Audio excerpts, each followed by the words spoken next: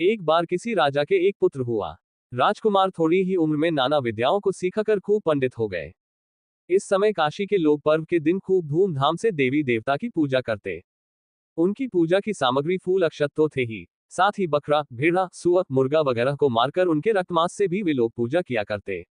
राजकुमार के मन में ये हत्याएं देखकर बड़ी चोट लगती। उन्होंने सोचा, लोग देवता की पूजा करते समय बहुत जीवों की हत्या करते हैं, इससे धर्म का रास्ता छोड़कर अधर्म के रास्ते पर ही जा रहे हैं। मैं जब राजा होगा तो जैसे बनेगा इस प्रथा को उठा दूंगा। लेकिन ये बात इस ढंग से करनी होगी कि लोगों को कष्ट भी ना हो और यह प्रथा भी उठ जाए।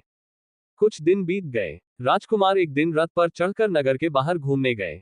रास्ते में उन्होंने देखा, एक बड़े भारी बरगद के पेड़ के नीचे सैकड़ों आदमी जमा हुए हैं। उन लोगों की धारणा थी कि उस बरगद के पेड़ पर एक देवता का वास है। उस देवता का बड़ा प्रभाव है। पूजा देकर उनसे जो आदमी जो कुछ चाहता है वही पाता है।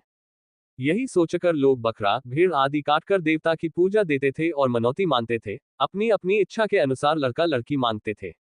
ये देखकर राजकुमार रथ से उतरे। उतरकर दरख्त के नीचे जाकर धूपदीप देकर उसी तरह पूजा की जिस तरह वे लोग कर रहे थे। इसके बाद बरगद को प्रणाम और प्रदक्षिणा करके चले गए। इसके बाद प्रतिमास वहां आकर वे पूजा कर जाते। कुछ दिनों के बाद राजा की मृत्यु होने पर राजकुमार ही राजा हुए। लोगों ने पूछा, महाराज आपके राज्याभिषेक की क्या तैयारी की जाए? राजा ने कहा, जो मान्यता प्राप्त बरगद का पेड़ है।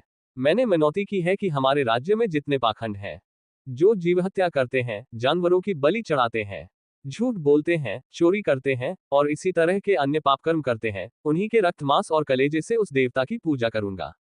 इन्हीं को जुटाना होगा। आप लोग हर जगह नगाड़े बजाकर नगर में घोषणा कर दे कि हमारे महाराज जब युवराज थे तो बरगद के दरख्त के नीचे उन्होंने मनौती की थी कि वे जब महाराज होंगे तो उनके राज्य के इस प्रकार के 1000 आदमियों के रक्त मांस और कलेजे से उस देवता की पूजा करेंगे जो लोग जीवहिंसा करते हैं, चोरी करते हैं, झूठ बोलते हैं अथवा इस प्रकार के अन्य खराब काम करते हैं। इस प्रकार की पूजा करके वे अपनी मनौती मनाएंगे। मंत्रियों ने राजा के आदेश की घोषणा कर दी। नतीजा ये हुआ कि राजा की मनौती कभी नहीं मनाई गई, लेकिन राज्य में जीव हत्या बंद हो गई, वह भी बिना किसी सख्त आदेश के या दंड के। कहानी से शिक्षा, हमारी बुद्धि को अगर पता लगता है कि किसी कार्य से हमें नुकसान होगा तो मन अपने आप को उसी के अनुसार डाल लेता है और वह कार्य नहीं करता। इसलिए दंड या दंड का भय भी जरूरी है। रोज नई शिक्षात्मक कथाओं के लिए कृपया चैनल सब्सक्राइब करें।